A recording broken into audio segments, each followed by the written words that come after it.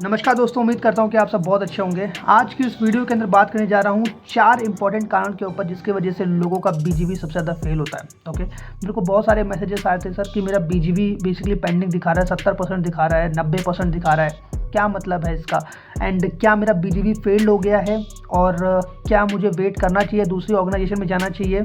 तो इसके ऊपर बात करूँगा गाइज़, 4 ऐसे कारणों के ऊपर जिसके वजह से आपका बीजीवी सबसे ज़्यादा फेल होता है। ये पॉइंट्स मैंने बना रखे हैं, इन पॉइंट्स के ऊपर बात करता हूँ।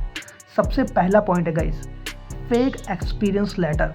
ये गलती कभी मत करना कि अपना फेक एक्सपीरियंस लेटर बना के आप किसी एमएनसी कंपनी में दे रहे हो, और ऐसी एमएनसी कंपनी पे जो कि अपना खुद का बीजीवी किसी दूसरी ऑर्गेनाइजेशन से करवाती है, यानी कि टॉप नॉच बीजीवी यहाँ पर होता है।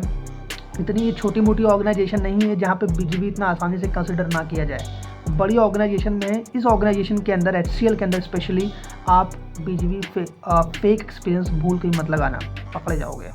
दूसरा कारण, रॉन्ग एम्प्लॉयमेंट डेट्स, यानी कि आपने किसी ऑर्गेनाइजेशन में काम किया लेकिन वहाँ पर जो डेट मेंशन है, उस एक्सपीरियंस लेटर के ऊपर जो डेट मेंशन है और जो आपका यूएएन नंबर है, यूएएन नंबर पे यूएएन पोर्टल के ऊपर जो आपका इन्फॉर्मेशन शो कर रही है मेन पोर्टल के ऊपर, सेंट्रलाइज पोर्टल के ऊपर, वो मिसमैच हो रही है, यानी कि आपके एक्सपीरियंस से मैच नहीं कर रही हैं। आपका जो मंथ दिखा रहा है सितंबर का दिखा रहा है ऑन पेपर, और वहाँ पे दिखा रहा है अक्टूबर का या नवंबर का। ये कोलैप्स होने की वजह से, डेटा का मिसमैच होने की वजह से आपका बीजीवी रुकता है गाइस। दूसरा सबसे बड़ा कारण। तीसरे कारण की बात करूँ, mismatch PAN detail. Okay, permanent address number, आपका एड्रेस मैच ना होने की वजह से, यानी कि आपने, हो सकता है कि आप मल्टीपल प्लेसेस पर रहें, ये कंसर्न तो बहुत सारे लोगों की है। हो सकता है कि आप किसी मल्टीपल प्लेसेस पर रह चुके हों लेकिन आपका पुराना वाला एड्रेस है और आप किसी नए एड्रेस पर रह रहे हैं।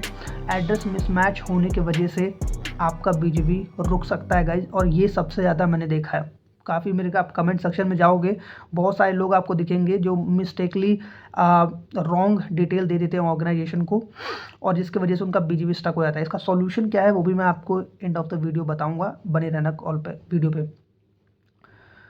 Fourth reason is a police verification fail.